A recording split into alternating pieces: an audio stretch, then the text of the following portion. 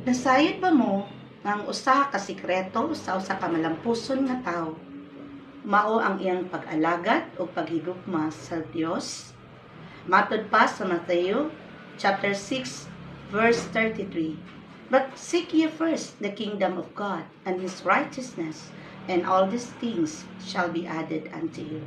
Sa Bisaya pa, apan unahan ninyo pagpangita ang gingarian sa Dios ug ang iyang pagkamatarong ug ang tanang mga butang igadugang ra kaninyo. Tinuod na, adunay panultihon, plan your work and work your plan. Do your best and God will do the rest. Kung naa kay pagigugma sa Dios, makaalagad ka niya sa tibuok kinabuhi ug makaalagad sa pamilya ug sa katawhan nga iya sa Ginoo. Thank you everyone and God bless you all.